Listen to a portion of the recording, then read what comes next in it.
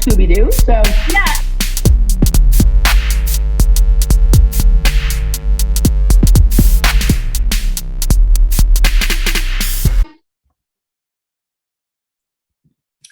All right, everybody, we are now in the Afterwords segment of episode number 59, and we're just going to sort of do a download on the recent Rebel Wisdom podcast where Wikipedia list David Fuller interviewed someone with a Wikipedia page. My guess would be, I haven't had a chance to look, but I would be shocked if Daniel Pinchbeck didn't have a Wikipedia page. You also have a history with Daniel. You've both known him, been friends with him, argued with him, been an employee of his, all like you've got a full 360 panoramic relationship.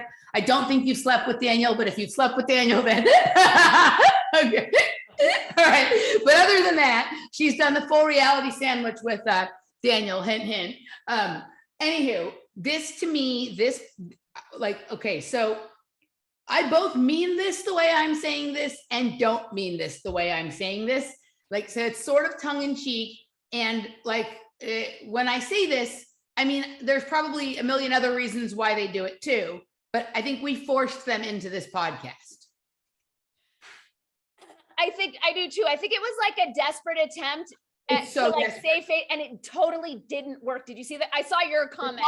The comments are so no one's buying it. So either they're wrapping this portion of the operation up, right, or something. But there was. He might get the boot. Which one, Fuller or Pinchy? Okay, so this is what I think. I mean, I think, okay, so I feel like I keep belching and that's weird. Okay, so there's a couple of things about this. I'm not going to analyze the whole thing. It was a strange, consilience, a strange combination of topics that he had him on to talk about. But first of all, okay, he definitely has a Wikipedia page, right? So it's okay, we can present somebody that has a Wikipedia page, right? But also someone who's not, David hasn't had a guest on in a while that wasn't SFI or Lifeboat. Correct. I bet you he's SFI. Okay. This is the bowels of it. So this is what I think is going on here with this episode. He had he's under heat because he's so dismissive of conspiracy. So he needed to have someone on to talk about conspiracy, right? There's no person who believes in conspiracy theories who would be satisfied with Daniel as the representative of conspiracies, right? At all.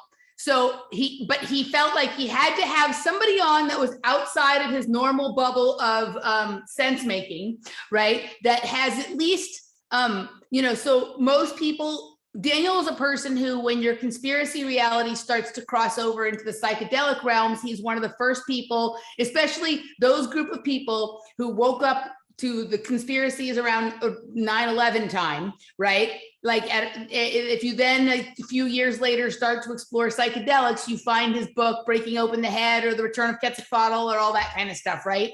And in those books, he talks about ideas that at least give you the comfort that he has explored some of the same materials that you have, whether he came away with the same opinion or not. It becomes sort of by proxy, right? It becomes a affiliated, he's sort of part of the distant family or the extended family for people who, especially because his work looks at Terence McKenna and Jose Arguelles and all of these people who have been part of that relationship between conspiracies and psychedelics for a long time, right? Is that fair? Okay. I think that's fair, but Daniel's never been pro any conspiracy whatsoever, and they barely even talked about conspiracies on this episode. But he needed it attracted people to listen, and I know exactly why they did what they did. Okay, so people are going, one of the hottest topics among conspiracy theorists right now is Rudolf Steiner.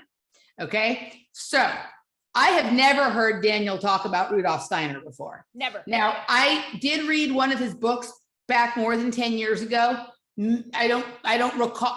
I wasn't as aware. I've been aware of Rudolf Steiner for a long time, but I certainly wasn't aware of him on the level then that I am now. So there may have been mention, but if you tell me Daniel talked about Terrence McKenna, I'd say absolutely. If you say he talked about Jose Arguelles or Ian Excel Lungold or any of these other kinds of, yes, I definitely would associate those things together. Or even if he talked about, what's the guy's name? Huxley and he explored those kinds of things. I can't say that I've ever heard him talk about Rudolf Steiner, but he talked about Rudolf Steiner more than any of those other people he usually talks about.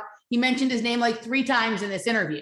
Okay. So my give him a check. The reptilian fucktards in the green room said at least 3 mentions of Steiner. Okay. But so my point is this, if he didn't want to have somebody on to talk about conspiracies in a way that would give like people a good broad understanding of them, right? He didn't want to have someone on representing why conspiracies are closer to reality than anti-conspiracies at this point. No, he wanted to have somebody on who's looked at conspiracies and so he can, oh, you looked at conspiracies, you dismiss them, okay, we'll dismiss that, right? Like that kind of thing, right? So Daniel's the weirdest pick. But because his heyday is so far removed, most people recognize his name and can't remember why. So they go, okay, yeah, he's been on. I think he's been on with Greg Carlwood. He's been on Skeptico or whatever. Maybe okay, right? Even though he's been on and kind of made a fool of himself on some of those shows, whatever it is, he's been part of the conspiracy pile, right? He's been lumped in at times with the conspiracy. He has. Like, doesn't mean he's a good representative of it, but yes. Okay, he's been lumped in there just over time. There's also the 2012 thing. Like, I think the 2012 thing that did it for him. Correct. That's the Quetzalcoatl stuff and the 2012, all that stuff, right? Okay. But he gets on there and pretty quickly mentions Steiner and mentions Steiner again and mentions Steiner again. Okay. And right now, I think Rudolf Steiner is the biggest op going in the conspiracy circles. And by that, I don't mean that Rudolf Steiner is that his information isn't good or real or true, or that he is somehow something's wrong with him. They have figured out, whether they have figured out or they have intentionally fed this, right? It's a huge thing right now. It's very, very popular. And so whether it became popular on its own and you need to co-opt it and distort it, or whether you intentionally fed it in because you knew this would be an easy one to co-opt or distort or keep people confused in for a long time based on a false interpretation, whatever it is, that's the new move is the new blending of conspiracy and spirituality is through Rudolf Steiner, right? Okay, so generally with a lot of these ops, you have like, you are able to create a group that's very pro them and then a group that's like very anti them, right? And you control multiple groups of people through that. It's a little bit different with this one. Things are getting more sophisticated, right? So he's there for the Steiner warp. And that is, there's a lot, like they've been twisting Rudolf Steiner since the start of the Joy and the Lollipop or the pandemic or whatever, because people who, the Waldorf schools have been wearing masks and asking for vaccines and doing all that kind of stuff on one hand, right? And then you have other people who use Steiner as a defense for anti-vaccine stuff, right? And if you actually, and I didn't know what the truth was, so I went and did a huge dig deep, and it's his position is very nuanced, and I don't pretend to understand it, but I found multiple articles and reasons to believe that Rudolf Steiner is, while he's not for vaccines, he's also not for being anti-vaccine, right? So in his head, it's like, no, like a healthy person shouldn't need to introduce that to the body. But if that became introduced to the body of a person who's practiced anthroposophy and is spiritually okay, it wouldn't really matter. They'd be able to overcome it. And the amount of energy one would expend and the spiritual problems that the person would get into and becoming very anti that is a bigger problem than the thing itself. So it's a very nuanced position, and it moves. It moves depending on how integrated the individual is with their own spirituality and their understanding of anthroposophical Christianity or whatever it is, right? So his words, his information, and his teachings have been weaponized on both sides, right? The people who want to have all that stuff invade every part of the reality have used him to defend that, and the people who want to keep it out have used it to defend, and none of it is exactly what he said. And I don't know that there is any clear interpretation. I don't know that there's any, this is exactly what he said when asked this exact question. You're just basically time traveling back and trying to, through a modern lens, understand his teachings about topics that seem to resonate with some of this kind of stuff, right? So there's that part of it. And then there's the other part, okay, where people, like a lot of people right now are like super into Rudolf Steiner, and they're like, this is the way. This is the way. And in fact, I've had people, even people who I love and highly respect, dismiss other sort of cosmologies or like philosophies or perspective on the world or reality because it's not Rudolf Steiner. And then I went and looked up what Rudolf Steiner thought of this other person I was proposing that they look at their information. And Rudolf Steiner was a fan and admirer of those people and found that their philosophies were complementary and meshed, right? So you have this scenario where Rudolf Steiner is really good on some stuff, but no one fucking covers everything. No one's got it all figured out. But you have people like this is like the evangelical Christianity, right? You have people who are starting to really make this part of their ethos. And I'm not even saying that I'm against that. Like people want to be religious or whatever. Like I don't care. I think it's great to have philosophies that help you understand things. But this is a hot thing. It is super important that this be weaponized and twisted and turned into all kinds of different things because it's not going away. Right? It is going to become what, like, you remember, like there in the beginning, there was some really interesting and useful and good things about like new age philosophy, and look at what a shit show it's become. That's what this is going to be, the new age. This is going to, right? So they're going to take the parts of this that are good and true and wonderful and twist it into bullshit, you know, and they're going to use everything that happens whenever a new idea enters to sort of weaponize a bunch of different groups around it. And he dropped Rudolf Steiner's name 3 times in there, right? And so the people who are like hot on the Rudolf Steiner tip, okay, he's earned some gravitas because he considers Rudolf Steiner. And he basically said, of all the philosophies I've looked at, he said it mumbling. He's like a really bad speaker. This is a terrible interview. Like they both seemed completely disinterested and whatever. But he mumblingly said, okay, you can think to yourself, or I might have said to myself, that the Rudolf Steiner ideology maps better than any of the others. See what I'm saying?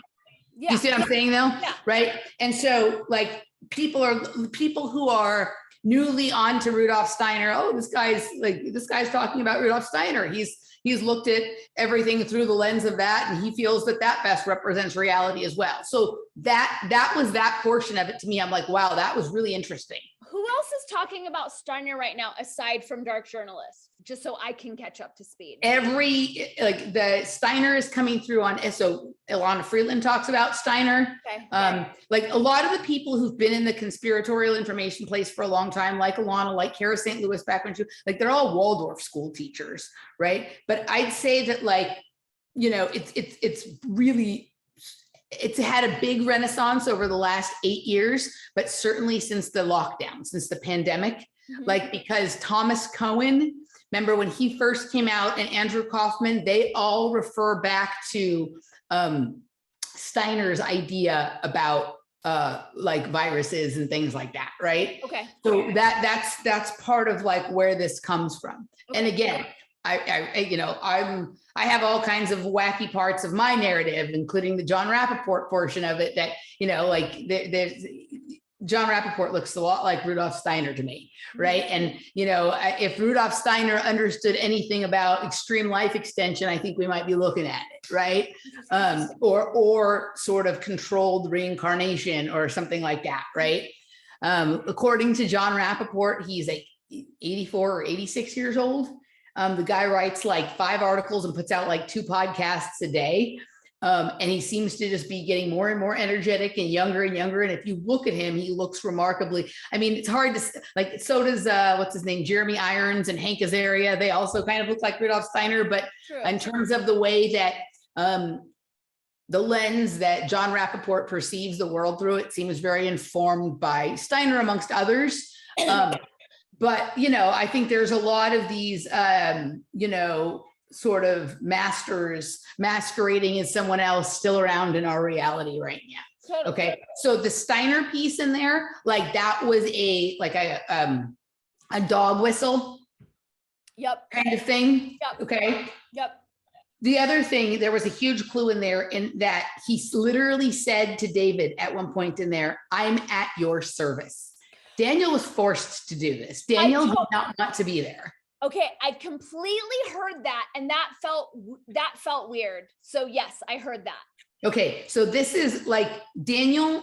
This is from just listening. I didn't even know he'd had like some sexual scandal and all. Like to me, it's just like, okay, this guy did good. How much time they spent talking about that as well? Like that took up such a big chunk of the conversation. Was bizarre. Well, and it was weird how like David was like, I have to do this. This is important journalism. And the whole thing was the weird fucking interview. People go listen to it, see what you want. You people who aren't familiar with these two may not be getting the same thing from it that we are, but I was unaware that Daniel Pinchbeck had a sexual scandal. So that became the middle point. Many.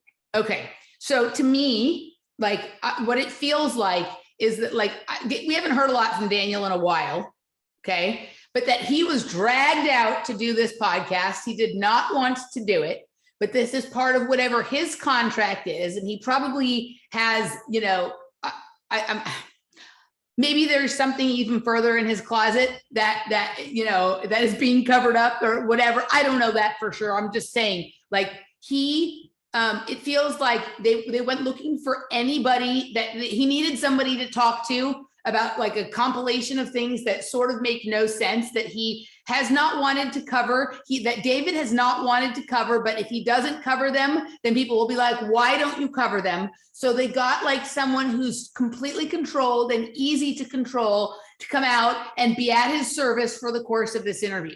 It was obvious to me that he did not want to be there, that he had no interest in any of this conversation, and that it was basically he just be there to like for David to sort of manipulate words around in whatever way he wants. For sure. I think that he was brought there to give him types of legitimacy that he doesn't have. I definitely think it was a response to a lot of what you and I are talking about, and to mix it up, bring someone in who's not obviously on Lifeboat or SFI and does have a Wikipedia.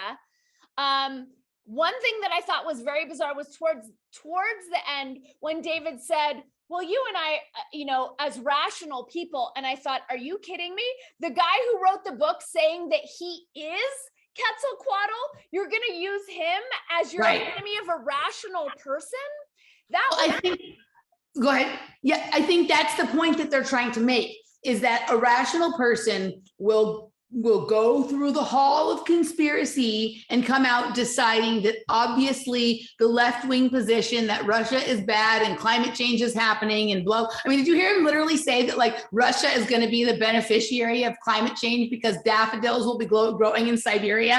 I was just like, the way that he was describing the authoritarian tyranny and Putin's murdering his own people. And I'm like, what? Are we on the same planet? Like the man has an 85% approval rating among his own people. I don't claim to be an expert, but that doesn't sound like a tyrannical murderer to me. But well, it's just funny though, that all the things that he accuses Putin of doing are things that like our own government does and our own intelligence agencies do and blah, blah, blah, blah, right? So it's like, if they could come up with some unique thing that Putin did, right? For me, like all governments are bad and it's all immoral and Putin's bad and our government's bad. And if you're in government, you're bad, right? That's pretty much like, you know, the evidence of that to me is that Cynthia McKinney and Janice Kucinich are not in government anymore, right? Or whatever it is. Right. Okay. But if they were able to come up with some like uniquely strange thing that like Putin had done that is not only obviously beyond the pale, but is like some weird kind of thing that like we've never been involved in. So at least otherizing it would seem rational to non-thinking people. Okay, but literally everything he used as a justification as to why we need to be pro-Ukraine was he was offering evidence, the things that our government does as well. Completely. And it was odd to talk to Daniel about Ukraine. Like, he has no expertise in this realm. There's nothing relevant. His latest book is on climate collapse. There were moments in the conversation, I would say around the middle, where Daniel sounded kind of sane and intelligent. And there were moments where I was like, I like how he's talking about this. Like, I can get on board with this. But then he went so hard pro-communism out of nowhere. And I've been, even though he hasn't been in the public sphere, he's been quite active on Facebook. I haven't seen him in a while, but like when all this nonsense started, and, very much pushing the standard issue liberal line on it. But it felt like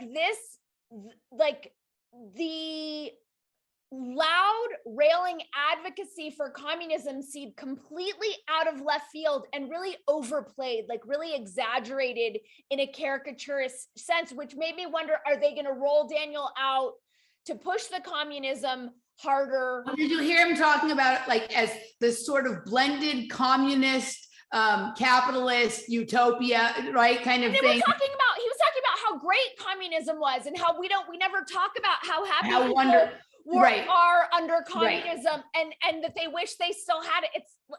It was really insane.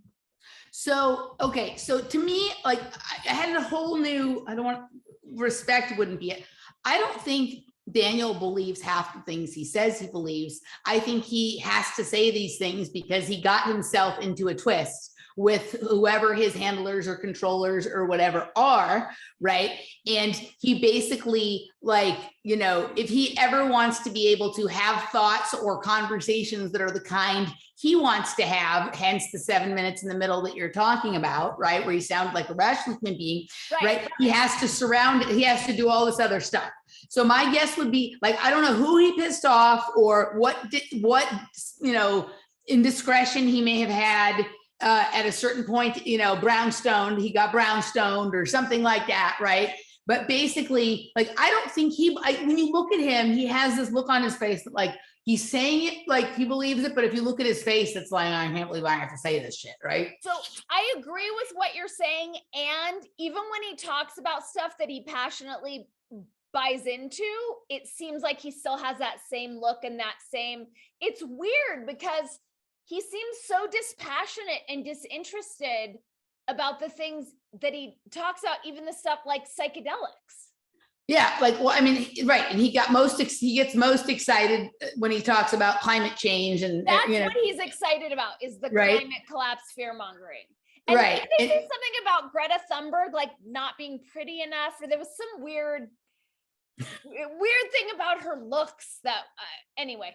Whatever it is, I think he's under mind control, but also just under pressure. And they've pulled him. I mean, this is one of the weirdest podcast appearances I've ever seen.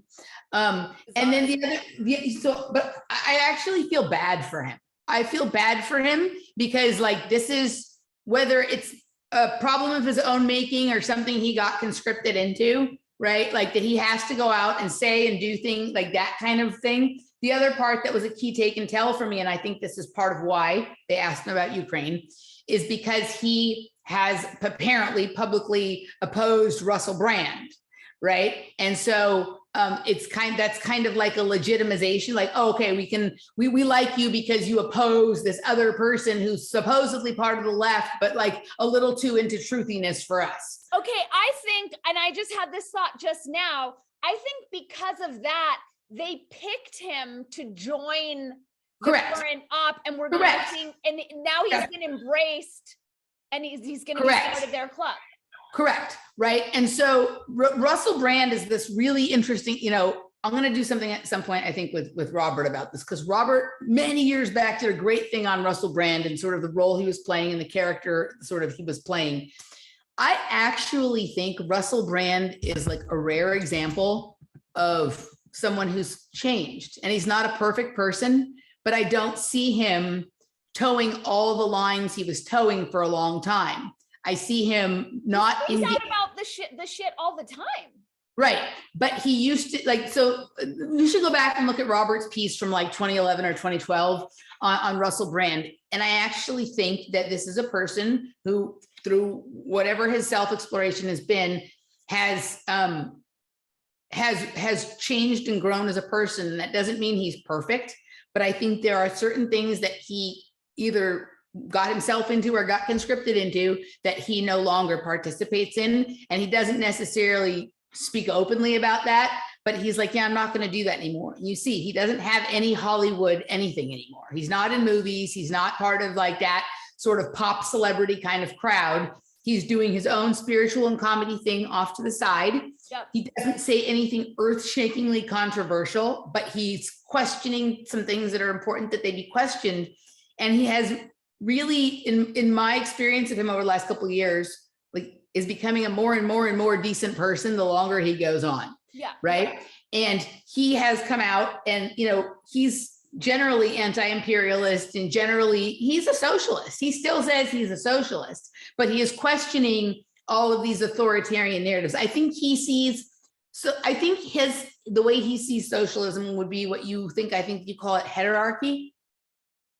Okay. You did a video once about socialism. I mean, no, I've done a lot of research into heterarchy. I think that's what I think he still has not perfected his use of language, and he hasn't become clear on all of his thinking. But I think he sees it. I think, like, if you explained to him what your idea of heterarchy, he would say, yes, that's what I mean. Got it. Right. I think he's confused because he's not a scholar. He's a comedian, or whatever. But I just like, I can't say, I still am not at the place where I want to say I trust him, but I don't see him actively participating in the disillusionment and the confusion anymore at all. I see him trying to gain clarity, and as he gains clarity, trying to help his audience gain some degree of clarity. And that doesn't mean that he's good, right, and good and right about everything. It just means I see progress in a certain direction where I see others who emanated at the same time period that he did moving in a markedly different kind of direction.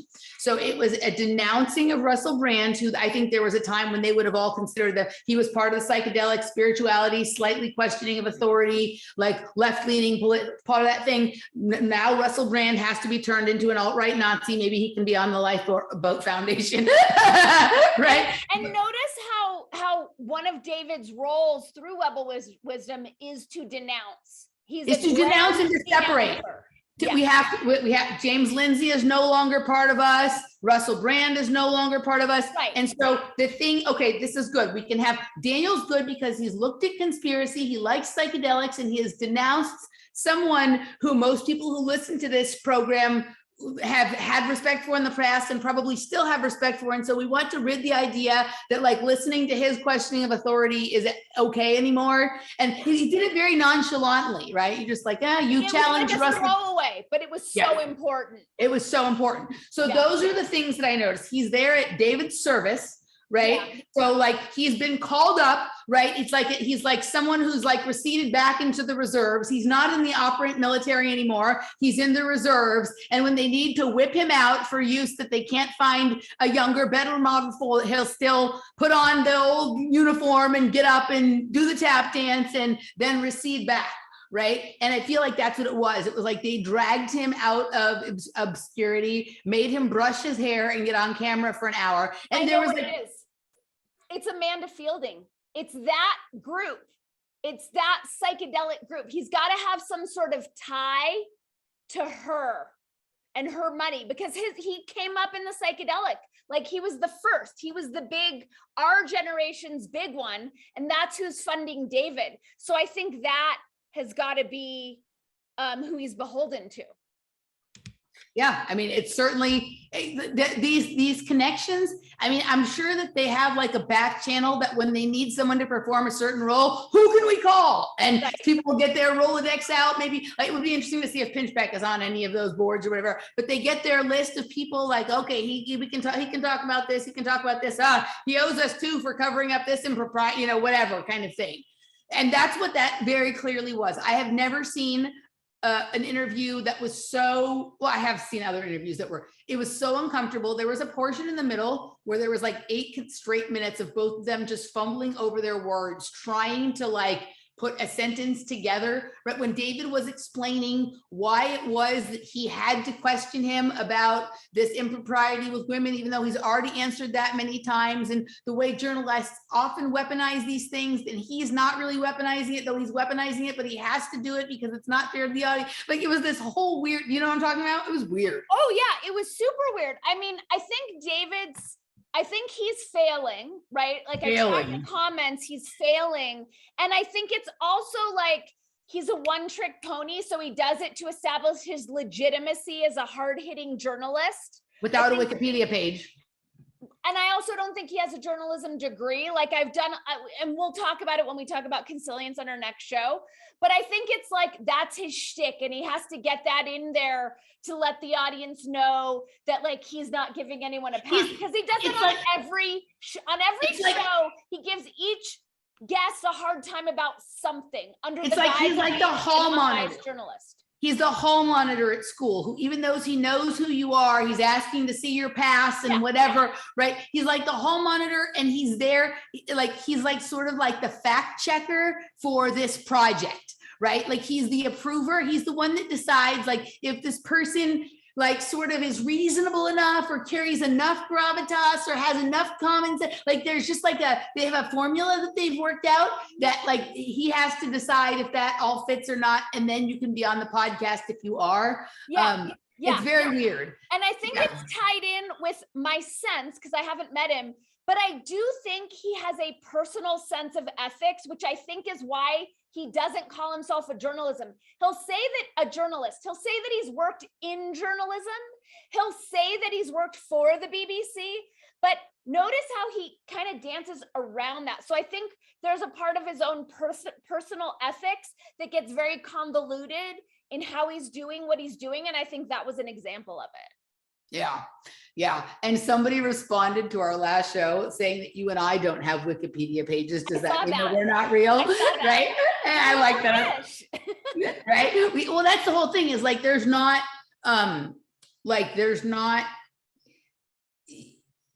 a threshold that people go beyond, right? Where they're getting a certain amount of respect and attention that questions need to be asked. And I think we can all ask questions of anyone, anytime, right? But it's just weird to me, like when somebody comes kind of out of nowhere and suddenly they're the next big shit and we're listening to them about everything, even though they're now telling us about things that have nothing to do with why they first emerged.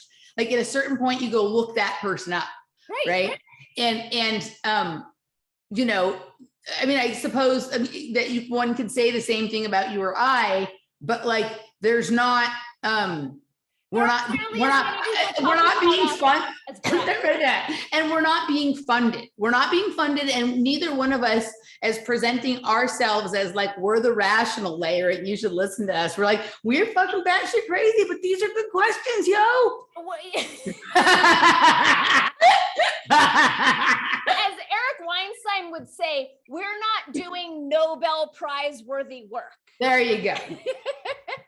There you go. All right. I have to go. So we're going to wrap this one up.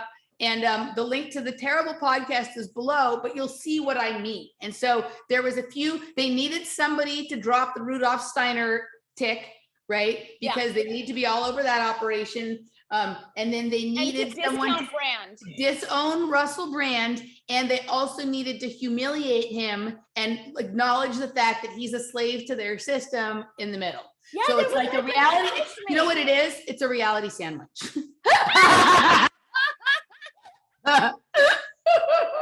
Okay, we'll end on that. So good. We'll end on that. All right, bye guys.